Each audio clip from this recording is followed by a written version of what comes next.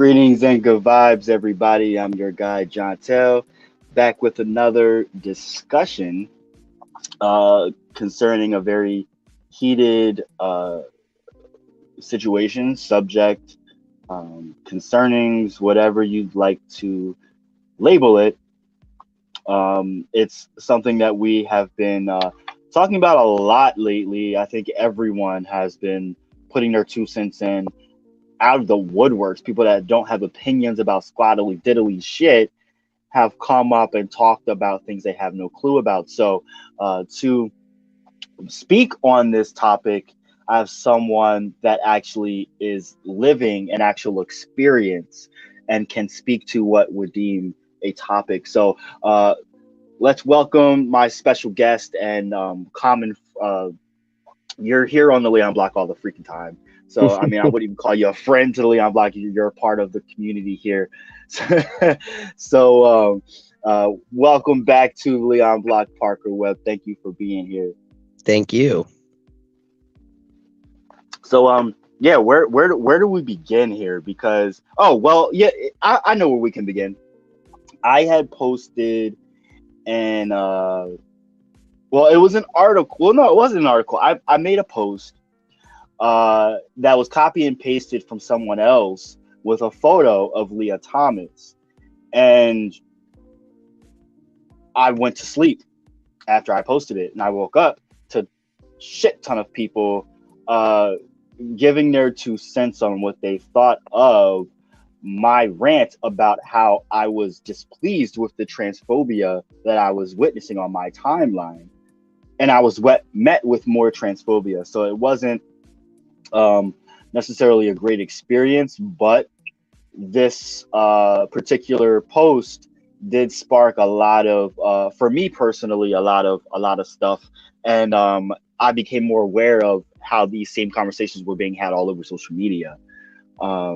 So Parker, in particular, first off, from the thread that I posted, was there anything in particular that like alarmed you? And you can go hand, you can talk like no, don't sugarcoat anything, like family or not. Like, I will just say, like, what I feel is most important from that and the whole situation to point out is how this is basically a red herring. It is really, there are over 200 now.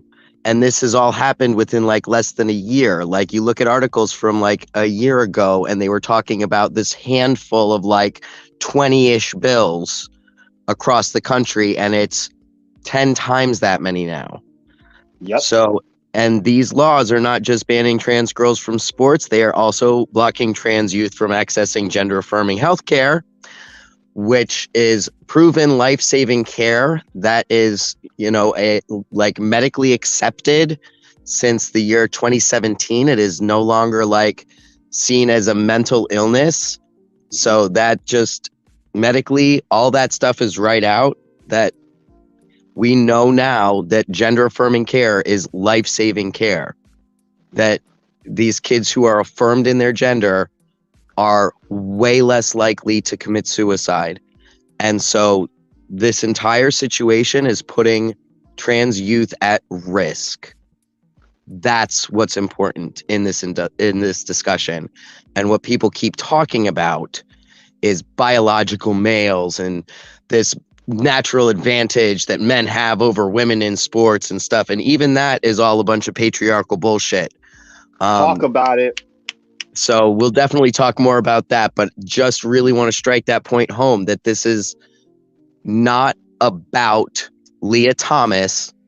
It is about all the trans youth that are being put at risk from these 200 plus bills across the United States that in some cases are labeling gender affirming care as child abuse, which again, already covered it for 5 years at least now.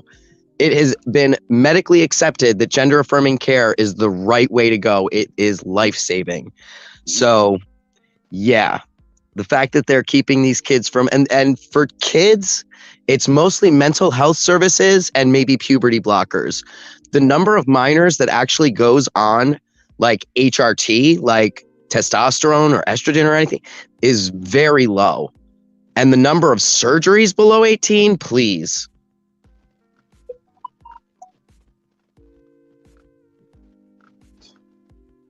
So what about what are the comments stuck out to you? And we can discuss those ones. Yeah, as I'm, sifting through my shit ton of a page, because I'm constantly throwing out so much information. If you're looking for something from 8 hours ago, good luck, because I post so much stuff. But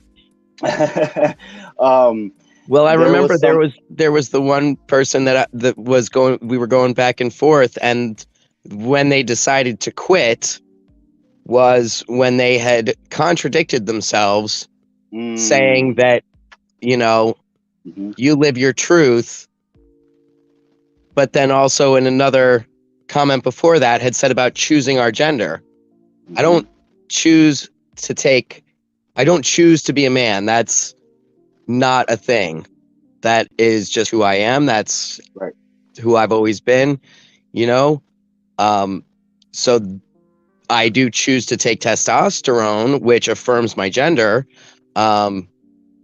But that, again, it's a whole, we're not, so that is in a sense choosing to live my truth. But yeah, I don't choose to be a man, and Lia Thomas does not choose to be a woman. She chooses to affirm her gender at this point, and she had to take over a year off of swimming. If we're going to dig back into the Lia topic real quick, that she took 2 years off of swimming. She was on HRT for 2 years before competing again. And she did meet the requirements of testing for testosterone being within the levels of a cis woman. So if we're going to take people out for being tall, then we got to take out all the tall cis women too. If we're going to take out people for natural advantages that they have with their body, we got to take out all the cis people with natural advantages. And now what are these sports going to look like? Right. And see, that's one, and while we're there on that little tidbit of a topic, because there's a lot of Black people bringing up the, excuse me, the two, I believe it's African runners or something that were kept from competing because they had high testosterone levels or because they looked too manly, quote unquote. And so, like, people were saying, well, what about that? What do you say to that? I mean, it's all part of the both, white supremacy and the patriarchy go hand in hand. It's all the powers that be controlling these things and, setting these standards based upon, let's face it, usually European standards. Right. So we're basic, like the same thing with the SATs, right? It's like, perfect example. This shit is made to be a test for white people. So yeah, it's that same using science to like kind of bullshit around all of this to, again, just keep other people down. And I think I want to point out here for people listening and for people that may not, like, there's a lot of people within this quote unquote argument that will bring out one little side of something. And I don't feel like this is a black and white issue. It only, when it comes to human rights, it's a black and white issue. But when it comes to different things that people are bringing up, like, it is a layered topic because it involves a number of different things that are at play. But I think, the overall thing at play here is the white supremacist, patriarchal society that we live and breathe. Well, and if we're going to, if you really want to start talking about women's sports and fairness in women's sports, there's a lot of things you could be talking about that's not Lia Thomas. Right. Oh, Isabella just commented, speaking of Isabella, don't worry, because this is just part one of this series. We are going to get different perspectives from different people. And I knew this would be a really layered thing. So I wanted to give different people the option to just have a time to themselves to speak. So Isabella, you are actually going to be next up. So Isabella said, the problem that comes with The problem that comes about with testosterone testing, it is very harmful towards cis women with high testosterone. The prime example are the two cis Nigerian runners from the Summer Olympics last year who were barred from running due to high T levels. And so like I was talking with Parker earlier on, I think it was today, right? Because there was another another post that I put up between a cis black man who has daughters and he's really into sports and he loves sports. He also I know him. He's not transphobic, but he's also one of those people who's very hard on facts and hard on like prove me and then I'm good, and that's fine. I'm cool with that because with this kind of thing, like it's proven, we can prove this is what it is, and he's cool with that. His whole thing and my whole thing as well is, and some people aren't there yet, whatever. But my whole thing is, why do we have things split between male and female when it comes to sports? Why can't we just have everyone competing all together? That has been my thought, and I think that was this cis black man's thought too. And he was talking to a white transgender person who was literally just throwing all the facts at him, and it was a really enlightening chat for me. And so another episode that we're going to do is breaking down those comments, and I would like to do that with you, Parker, breaking down those comments because I didn't get a chance to do it here, and really going through and like kind of debunking people and adding to what people were saying or like translating what people were saying. Yeah. Well, I have that post that I was talking about. Yes.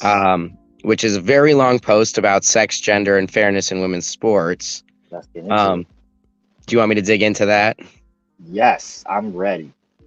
So this was written, I'm going to read that from their perspective. So after what I posted the other day about having actually been an NCAA swimmer who supports Leah Thomas, I had several long conversations that made me realize it might be helpful to share something more extensive about why I vehemently believe trans women belong in women's sports.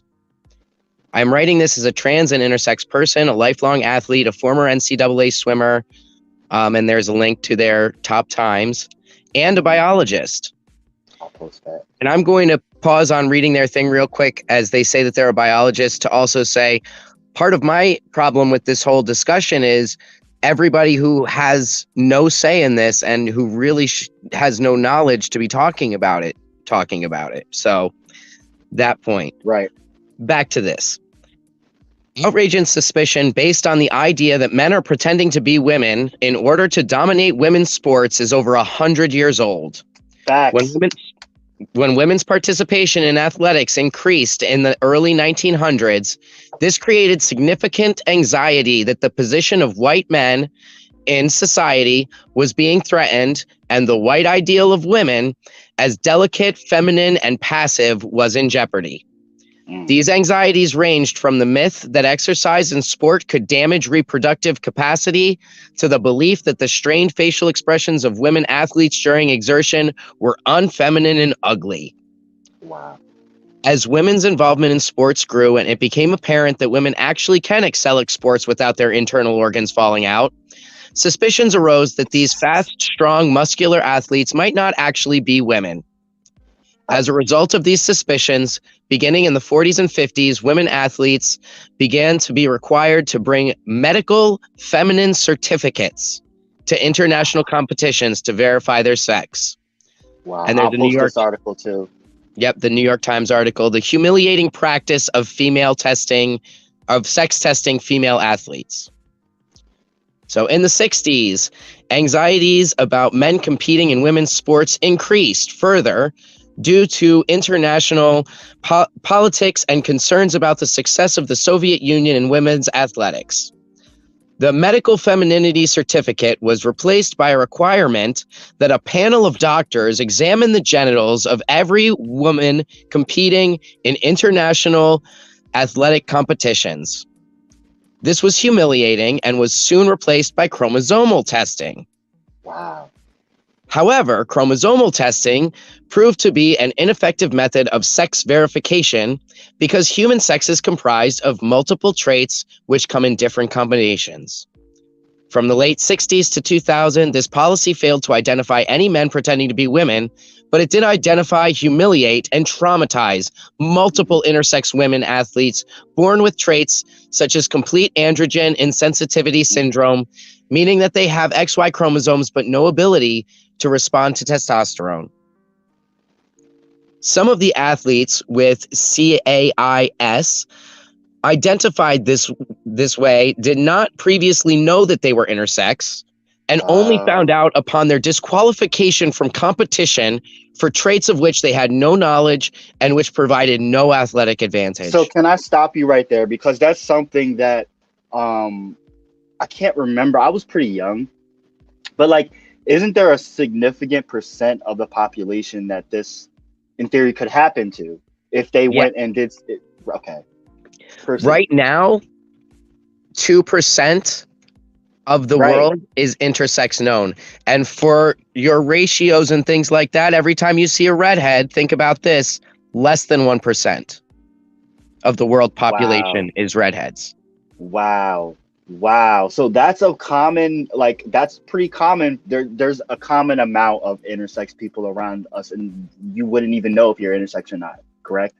Exactly. There's people who don't even know. So this is a known population. We know of at least 2%. And there could be more people because when was the last time you got chromosomal tested? Right. And this is just speaking of intersex, right? Because there's also intrasex, correct? And that's different, right? Now you're saying things to me I'm going to have to look up. But yeah, no, like just that's a significant portion of the population. And I think that people are so stuck on what colonizers put upon us when it comes to race and gender and the idea of binary and such a rigidness of categories that we're so stuck on those sets of behaviors, or that we have to adhere to those sets of behaviors. When one deviates from it, that it's not even just a matter of different, like it's an insecurity because that person isn't fit the norm, and your mind like short circuits. So that short circuit is you being prejudiced or harmful or hurtful or rude or whatever to a person that you deem different.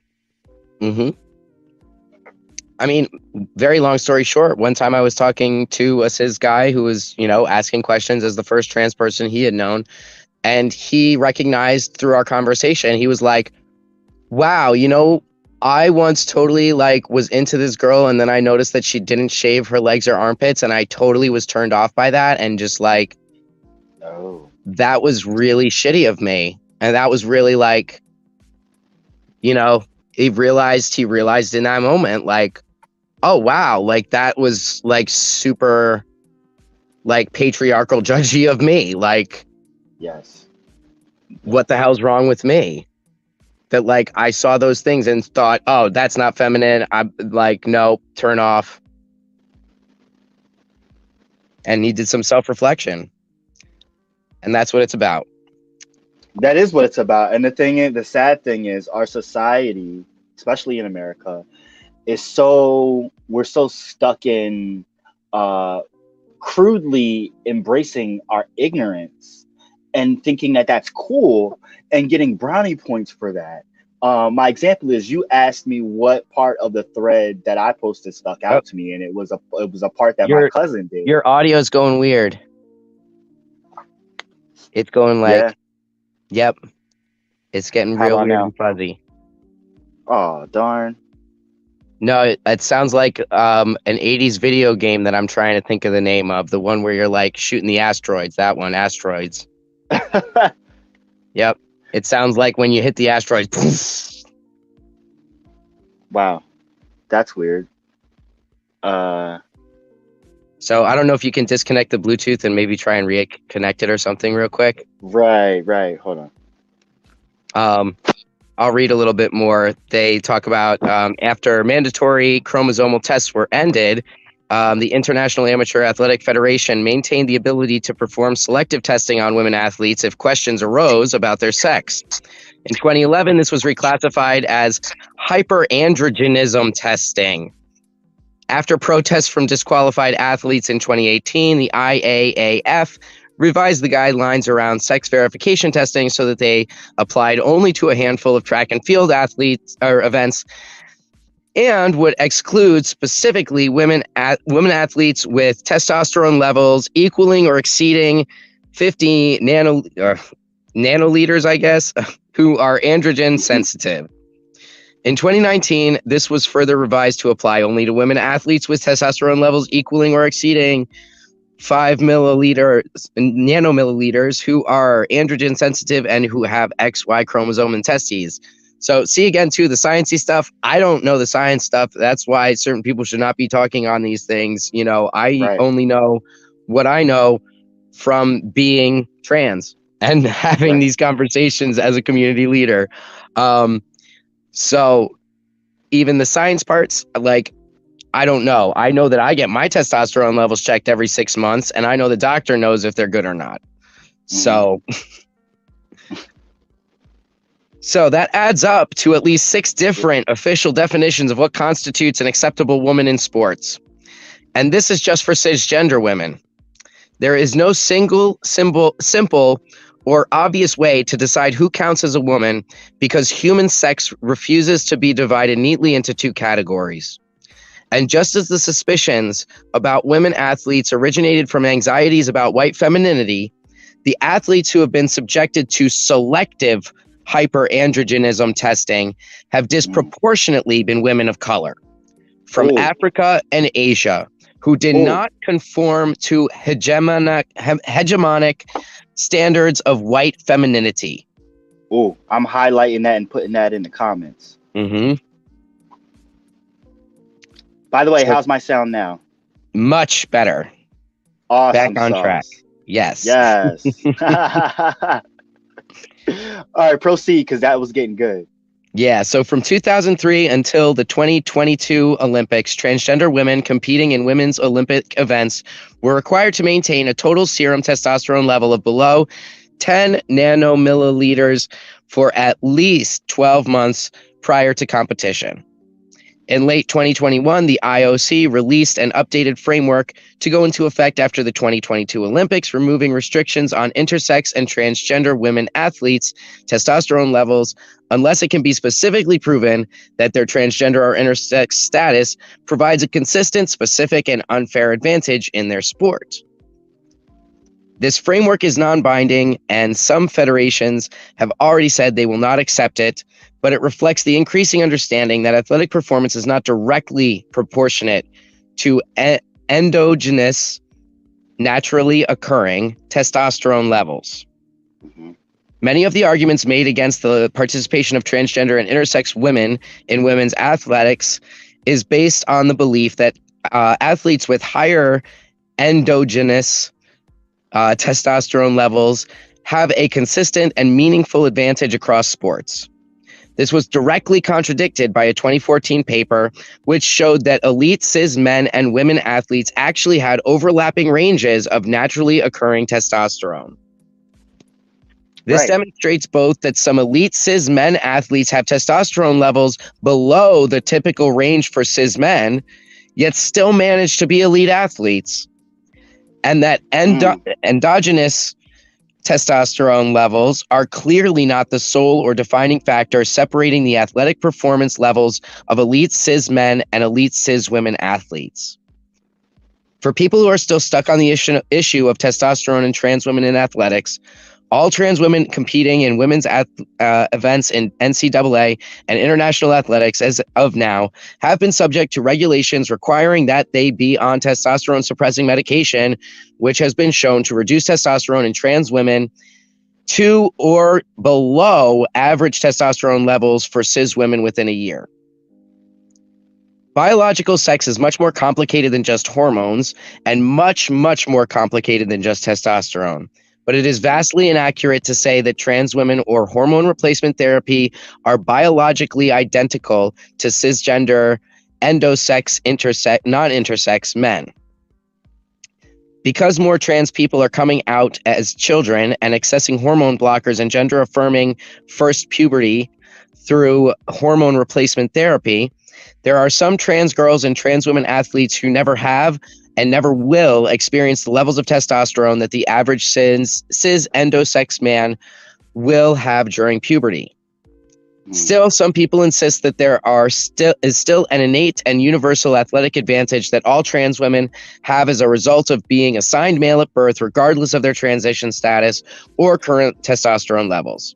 Now, this is hold on, because this is rooted in stereotypes and things that TV perpetuates, things based out of ignorance. Because we could point out that transgender men face different levels of discrimination than transgender women. And that's also a topic that I think needs to be highlighted too. Well, you know what? Part of that, it does point out the right. It's from the patriarchy, because think about it this way. Oh yeah, it's totally understandable. I want to be a man. Who doesn't want to be a man? Men are the best. Exactly. But when it's a trans woman, they go, how could you're making it look like we're not the best. You don't want to be a man? You're got to be kidding me. You want to be a woman? What? Yep. Yeah. Exactly. Yep. Because again, it's that bullshit patriarchal thinking of that men have to be the best, obviously. So why would you give up being a man? Yep. So they go into being assigned male at birth does not mean you will automatically be good at sports. I think we all pretty much know that. I won't go into all the details there. All of the examples we have of trans women competing in high-level women's sports have been under policies that require testosterone suppression. And there are no examples of trans women being disproportionately dominant in women's sports. Even people who are against including trans women in women's sports have not been able to provide examples of this. Arguing that no cis woman athlete can beat a trans women athlete ever just because the latter was assigned male at birth is not only proven false by the results of actual sporting events, it's also magical thinking, transphobic, and misogynistic. And to a point of that, I mean, even the Utah governor actually vetoed the banning trans girls from sports bill that came to him. Do you know why? Why? He looked into how many trans student athletes there were in the state. There's 4. Wow. 1 is trans feminine. Wow. Ugh. This is ridiculous. Don't get me wrong, it creates a culture where the kids don't feel welcome. Yep. I'm sure there's lots more. They just are intimidated from doing sports.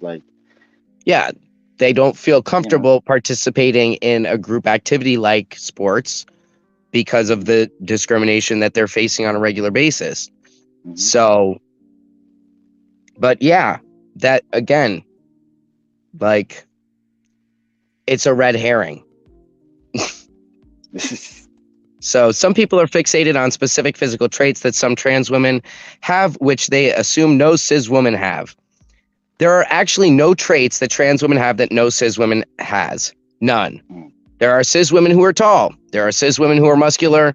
There are cis women who have broad shoulders and narrow hips. There are cis women with beards. There are cis women with high testosterone. There are cis women who have Y chromosomes. There are immense biological diversity within the category of cis women. Yep. If you don't consider intersex women to be women, that's also bigotry. Yep. There are multiple examples of transphobes claiming to point out women athletes who they believe are trans based on their appearance when the women in question are actually cisgender. Yep.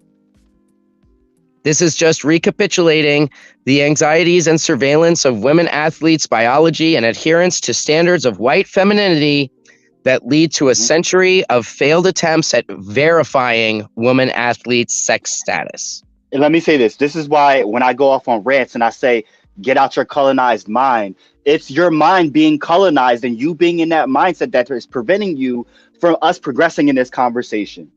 Does that make sense? Mm-hmm. because this is where this has come from. Us centering ourselves around the white experience, point blank, whether it's the white masculine experience or the white quote unquote feminine experience, but we're still continuing to focus ourselves, or people that want to continue to be willfully ignorant in this conversation, or they don't know, they literally don't know any better. And I understand that, but it doesn't excuse the fact that we all need to raise our level of understanding of what has been done to us as a society, and that the proof is in the pudding, physically, emotionally, spiritually, and people have had enough. Like, you can't, depression manifests in a number of ways, disease manifests in a number of ways, and there are so many people that don't have the capacity to deal with that. And you know what happens? They live their actual lives the way that the universe intended for them to. And some Mhm. people just don't like that. But guess what? That's not your path. That's not your life. Deal with your own fucking life. Yep. And I think a lot of times, I'm sorry, but I think a lot of times that's a reflection of how people feel about themselves. Oh, completely.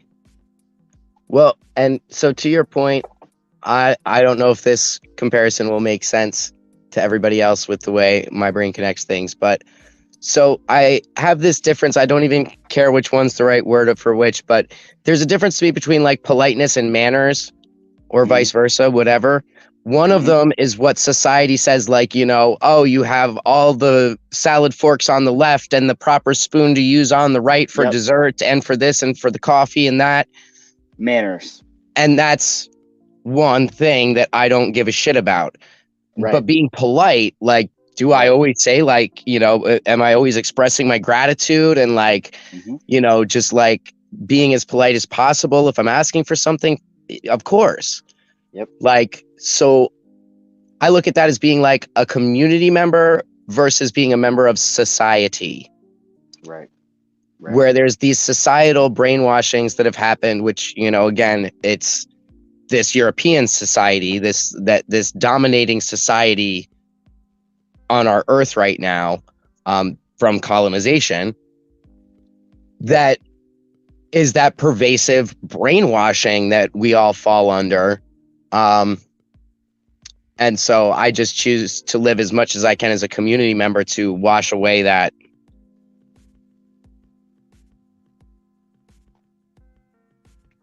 Yeah, I'm sorry, Jacqueline. Thank you for tuning in. Jacqueline said, "This is so insightful. I felt I had to suppress my masculine side for so many years to fit in. I couldn't have kids for years, and my doctor said I would never because my hormones were off. He suggested I take meds to reduce testosterone levels and take birth control to regulate my cycle. I never did. I did have my children, but my body shape and my mind is definitely more masculine. This makes so much sense."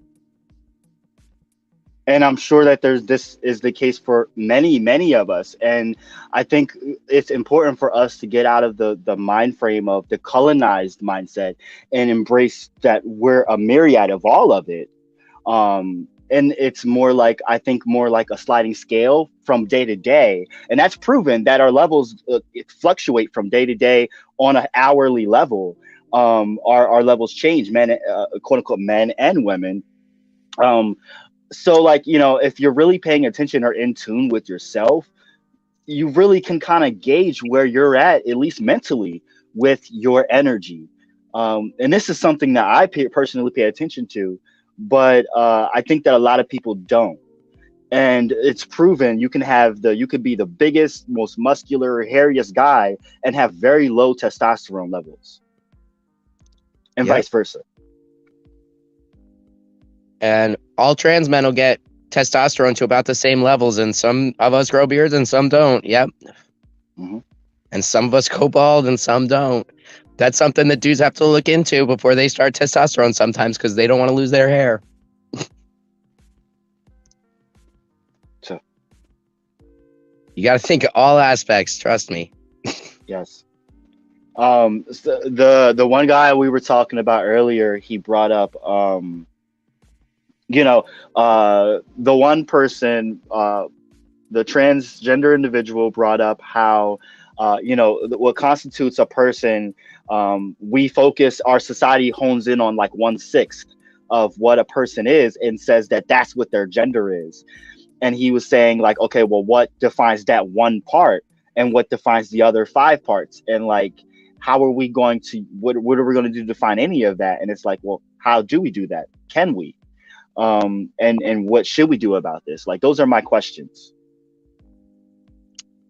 Well, so are you on MK's post there? Because they had a really good explanation.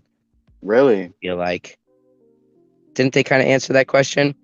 Well, there's also, let me pull up an article real quick.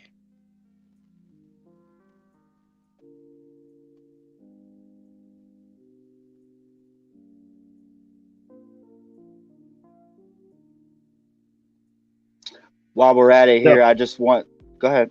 Go ahead. No, go ahead. So there's a Scientific American article that is from 2019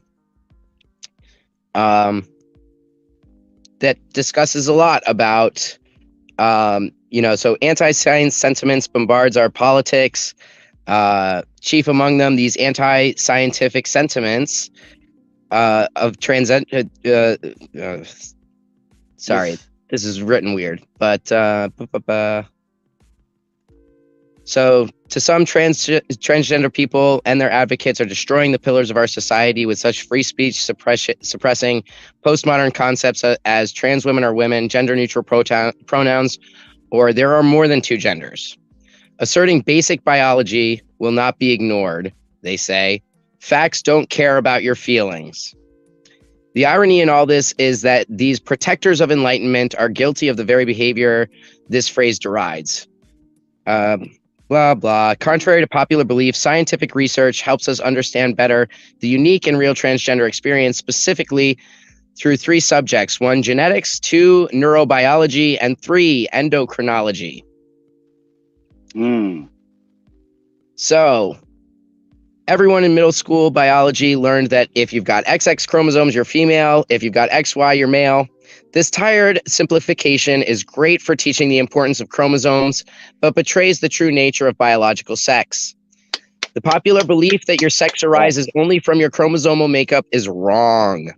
The truth is your biological sex isn't carved in stone, but a living system with the potential for change. Why? Because biological sex is far more complicated than XX or XY or XXY or just X. XX individuals could present with male gonads. XY individuals can have ovaries. How? Through a set of complex genetic signals that, in the course of a human's development, begins with a small group of cells called the bipotential primordial and a gene called SRY. A newly fertilized embryo initially develops without any indication of its sex. At around 5 weeks, a group of cells clump together to form a bipotential primordium. These cells are neither male nor female, but have the potential to turn into testes, ovaries, or neither. After the primordium forms, SRY, a gene on the Y chromosome, discovered in 1990, thanks to the participation of intersex XX males and XY females, might be activated. Though it is still not fully understood, we know SRY plays a role in pushing the primordium toward male gonads. But SRY is not a simple on-off switch. It's a precisely timed signal, the first chord of the male gonad symphony. A group of cells must all express SRY at the right time. Without the first chord, the embryo will play a different symphony, female gonads, or something in between. And there's more. While brief and coordinated SRY activation initiates the process of male sex differentiation, genes like these other genes maintain certain sexual characteristics during adulthood. If these genes stop functioning, gonads can change and exhibit characteristics of the opposite sex.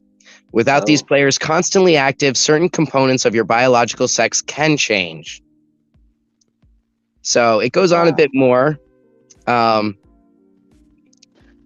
But the point is that it's not as clear cut as people think it to be, and you could think of yourself as the most feminine of women or the most masculine of men, quote unquote, and be and it's actually very much more complex than that. And the answer is much more complex than that. And if you really wanted to understand more of your makeup, you would have to see a doctor. It's not something that you can just like you can say to yourself and know inside who you are. But that also entails like self-reflection and inner work that a lot of people are not privy to doing. They just want to point out other people that are actually doing that work for themselves, living them lives, their actual true lives, and knowing who they are. I think those are the people that really need to be digging in them to themselves and saying, okay, like, who am I? Not like what, quote unquote, what am I? Who am I? Because Hmm. there's a big difference. Well, something I have probably pointed out, possibly even on one of your shows before, is Mhm, that I have always been very different. I was always very mhm, genderqueer. My mother tells me how I cried in dresses as a baby. No mhm, joke. And so I never had a choice. I don't feel like I could not fit in. I could not fit into what society wanted from me. So I learned at a mhm, much younger age basically who I am because there was no other choice for me. I didn't feel like, it mhm, it just when we moved to Illinois, the only thing I could think to do to look more feminine was, I mean, they made fun of me for not shaving my legs, so I shaved my legs and I tried to grow my hair out. That was mhm, all I could do. I had no idea how to walk more femininely or dress mhm. more feminine. Like that didn't feel natural to me. I felt weird Right. dressing femininely and I couldn't do it. I was in the 90s with the grunge, my friend. Like I dress now a bit how I did then. But no, I that makes perfect sense to me. But I honestly, there are, in a sense, I feel bad for other people who are not as different Mhm. to know that they can live that part of their truth. So if you have Right. just like one thing that's making you like weird to society and you want to live a normal life, quote unquote, Mhm. then you can put that away. You can say, "Oh, I have this one thing, whatever. I just ignore that." And you know, my one of my things is too is that I fear when it comes to like sexual repression, then that's when it starts getting dangerous. Because you're trying to put away this thing that the more you repress something, the more it's going to take hold. Yep. So There's so many other things that need to be discussed and worked through and dug into that we've talked about like earlier today and other conversations that we're going to have to dig into another time because we're running low on time. And I don't want to take up too much of your time, my friend. But was there any more of that article that you wanted to touch on? Either of those two articles that you were reading, actually. let's see. Get back to my other saved one.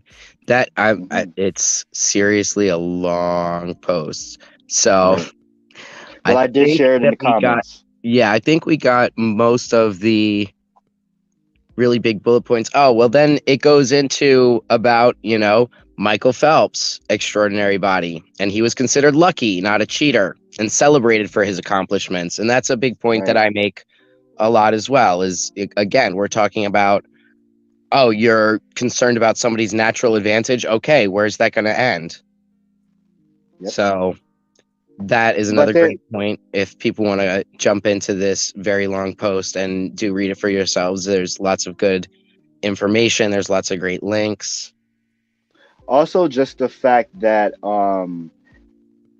Michael Phelps is a cisgender white man that gets passes on shit, but fucking Sha'Carri Richardson and Simone Biles get shitted on, and Brittany Griner is still in Russia. She should be home. Why are we like, yeah, people are now starting to talk about her more, but people are still going hard over Leah Thomas. And with all due respect, fuck Leah Thomas. I want Brittany Griner home. I have no issue with Leah Thomas whatsoever. I give her like a really great congratulations for the accomplishments she has made for our community. But however, I should say, I'm more concerned with getting Brittany Griner home, because that is what I stand for when I say, like, I'm really bringing home the concept of practicing what we preach, and equality and community, and being there for one another. Like, what the hell? Well, and let me say, in every way, that's what we all want, including Leah. You know what Leah doesn't want to be right now? This kind of center of attention. Right. You know what I mean? Like, this doesn't feel good for anybody. Like, this is why, from a school board situation, one of the trans kids quit not because they made the rule yet, but because it was being so highly discussed and they were the topic of discussion so much that they did not want to participate anymore. Makes sense. Because it's too much. It's too much. And so, what does she get out of this? And what do the people who are distracting away from, other important issues in women's sports, other important people, like, what are those people gaining as they bring attention to Leah Thomas? Completely takes away from the Black and brown women that need. Yeah. Those people are winning because they're making the conversation about Leah Thomas constantly. Yep. And again, that again speaks to us having the colonized mind and being trained to go the way that they're steering us, instead of being like, no, we're not centering things on, the white patriarchal society anymore. We need to deviate from that. And I, for one, or us here at the Leon Block, are going to continue to talk about Brittany Griner. And if we do get any more information, and we will be, of course, letting y'all know. But also, Elise Malary, she's another person that I really want to bring more awareness to. If you really claim that you're not transphobic, or that you love your transgender family, then you will look into this case and tell me if you don't smell something that's really suspect. Yep. Well, this is some bullshit. Go ahead. Not to bring it right back to Brittany again, but also just a point in that they're taking the conversation away from, why was she playing in Russia? Because she doesn't make enough playing for America, because there's a super low cap for the WNBA. Yep. And what's the cap on the NBA? Do they have one? I don't know, but they make like millions and millions and millions of dollars. Yeah. She's making $228,000 a year, I think it was. Wow. That's it. Hell yeah, I'd go play in Russia. Yeah, because she makes like 5 times as much there. Wow. So that's why she was even fucking there. Yeah, we need to stand up for our people. All of our people. It doesn't matter what part of the community, that they're in. It's important. So tonight we learned about a lot of different things. We had a lot of discussions. Oh, one last thing. Bella said the salary cap for the NBA is exponentially larger than it is for the WNBA. Thank you for that, Bella. Please tune in for the next episode, actually, too.